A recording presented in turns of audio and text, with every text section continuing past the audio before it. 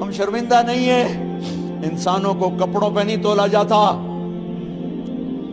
آج کا میرا دیس کا مالدار اتنا فقیر ہو گیا ہے، اتنا چھوٹا ہو گیا ہے کہ وہ اپنا تعارف کروانے کے لیے 50 لاکھ کی گھڑی لیتا ہے، 6 لاکھ کا جوتا لیتا ہے۔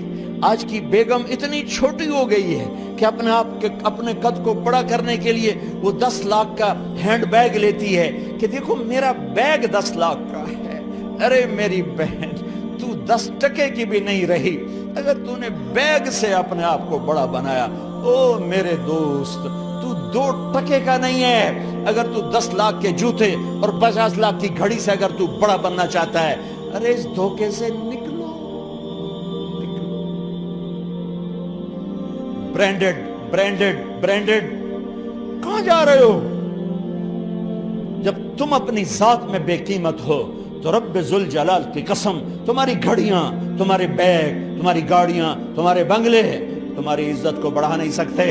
ابا جان، آج ہم خوشی سے بلند ہیں کہ ہمارے باپ نے بددیانتی نہیں کی۔ گھر میں تشریف لائے، کہنے لگے فاطمہ کچھ پیسے ہیں، میرا انگور کھانے کو جی چاہ رہا۔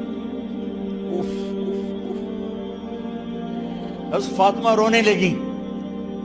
فرمایا امیر المومنین، خزانہ تو بھرا پڑا ہے، 1 درم کا بھی تیرا حق نہیں ہے کہ تو 1 درم لے کے انگور خرید لے۔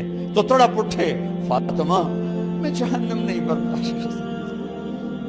وہ میرے بھائیوں جو دن رات سود میں پھنس چکے ہو، جو دن رات جوئے شراب میں پھنس چکے ہو، کیسے اللہ کے سامنے سرخرو ہو کر کھڑے ہو گئے؟ ایک رات گھر میں تشریف لائے، بچیاں، بیٹیاں، منہ پہ ہاتھ، کپڑا رکھا، دوپٹہ رکھا منہ پہ، اور بات کریں۔ آپ نے پوچھا ارے کیا ہوا تمہیں، یہ منہ پہ کپڑا کیوں رکھتے ہو؟ تو خاموش ہو گئی، لیکن گھر کی خادمہ رو پڑی۔ کہا امیر المومنین، آج آپ کی بیٹیوں نے کچا پیاز توڑ کے اس سے روٹی کھائی، سالن کھائی، اور میرے آج کا تاجر کہتا ہے جھوٹ نہ بولوں تو کاروبار کیسے، میرا افسر کہتا ہے رشوت نہ لوں تو گزارا کیسے کروں۔ تو عمر بن عبدالعزیز پھس پہ ہچکیوں کے ساتھ روئے کہ میری بچیوں، میں تمہیں بڑے اچھے کھانے کھلا سکتا ہوں پر میں جہنم کی آگ برداشت نہیں کر سکتا۔ بھائیو، اس بندے نے اپنے آپ کو ذبح کر دی، اللہ کو راضی کرنے کے لیے ذبح کر دی، اپنی ذات کو، اپنے جذبات کو، اپنے احساسات کو۔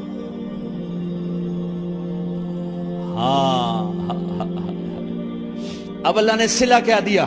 جب انتقال ہونے لگا تو بلایا رجا کو، جو میں بات پہلے چھوڑ کے ادھر ان کی تھوڑی سیرت بتائی کہ رجا اب میں مرنے لگا ہوں۔ عبد الملک کالا ہو گیا تھا، ولید کالا ہو گیا تھا، سلیمان کالا ہو گیا تھا۔ یہ کیوں کالے ہوئے تھے؟ یہ بے نمازی نہیں تھے، بدکاری نہیں کرتے تھے، کسی کی طرف ان کی میلی آنکھ نہیں اٹھی کبھی۔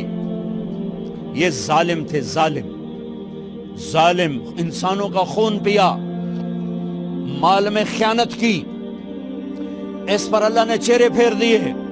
آج عمر بن عبدالعزیز جا رہا ہے کہ دیکھو میں جا رہا ہوں، مجھے دیکھو میرے ساتھ کیا ہوتا ہے۔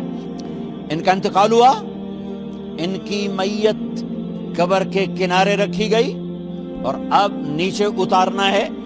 سلیمان کی میت کو اتارنے لگے تو ہلنے لگا اور عذاب قبر پہلے شروع ہو گیا۔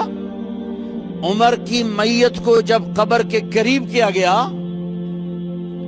ایسے ہوا کا جھونکا آیا، ایک پرچہ ایسے لہراتا ہوا یوں آیا، یوں آیا، یوں آیا اور عمر کے سینے پر گر گیا۔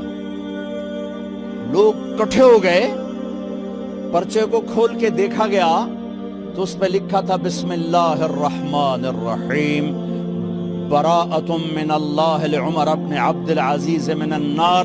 یہ پروانہ ہے اللہ کی طرف سے اس کے بندے عمر کے لیے کہ اسے جہنم سے نجات کی خوشخبری سنا دی جائے۔ آہا، مرنا ہو تو یوں مرو، اللہ ایسی موت دے دے.